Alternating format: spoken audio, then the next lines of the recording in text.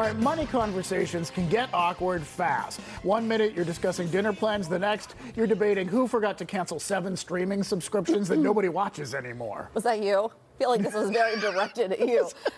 Financial conversations are rarely, though, about dollars and cents. They're about communication, trust, and learning how not to panic when someone says, we need to talk. Although that does sound ominous. All right, joining us today is Lisa Florian, President and CEO of Clearview Federal Credit Union, to help us navigate the emotional side of money. Lisa, thank you for being here. And let's start Thanks for having me. with those spouse-partner conversations, because you need to approach it in a way that, like, I feel like almost like sometimes your spouse can shut down and not even hear what you're saying. It's a listen and learn, but you both have to listen and you both have to learn. So one person can't be saying, this is exactly how I think that we need to budget and spend our money.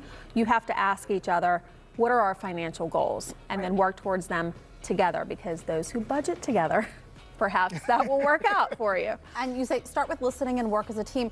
You know, I really wonder, why is it that people have such a tough time talking about money? Is it embarrassment? Is it owning up to your buying habits? Like, why do you think that we develop this weird relationship with money? I think part of it is, like you said, the buying habits. Everybody grows up differently. So that comes at a very young age, the way that it's shaped, that how you look at money, your money habits. So it's just a sensitive topic, and it can bring a lot of tension if you allow it. And it's important to respect the other person's point of view, because Always. understanding how someone else grew up and how they think about money is really important. Yeah.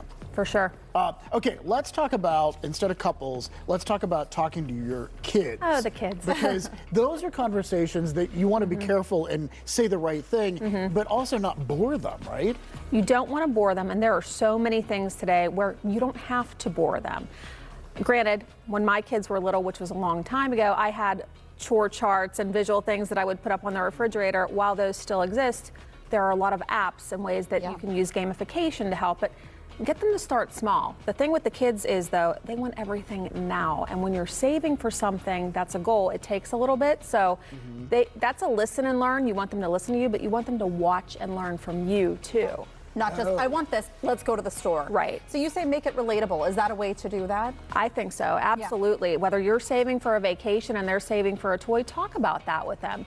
It will resonate. Okay. And you think an idea of like paying them to do chores is a good idea because it teaches them the lesson. I do. I do, it can actually. be controversial. I know, but I do think that it is, because they're working for it. So Yeah. I know that some people think that it's everybody's remember the responsibility. household. Right. But it's a good way to introduce them to the concept of money as well. 1000%. And so let's talk about how we can approach these discussions with care, whether it be with our spouse, our partner, and I know even with our own parents. Sometimes if you're in that sandwich generation, you need to have those discussions again with your parents, but it's all, again, handling it with care. It's handling it with care, and it's because you care. Right. That is absolutely the way that it is. And sandwich generation, I am here as well.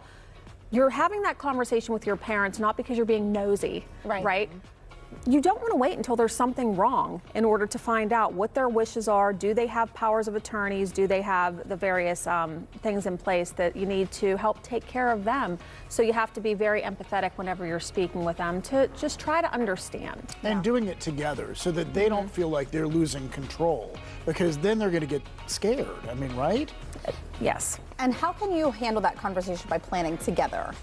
Well, again, you can just sit down and map out and just try to get them to talk. Sometimes they don't want to talk with you about it because that becomes a very sensitive subject with our parents. It's very private to them. They may not have been able to save for what what their dreams are whenever they're retiring, or if something happens to them. So just sit down and map out a plan with them and just make them understand that you're there to help them along their journey, not because you want to take over. Yeah. Right. Really good information. Thank you so much. Yeah, anything to make it easier to talk about money. So thank you, Lisa. All right, and thank you to Clearview Federal Credit Union, there I go, for sponsoring our monthly Money Monday conversation. This is a good one, too. To learn more about these tips and to get financial advice from a Clearview team member, just go to PittsburghTodayLive.com.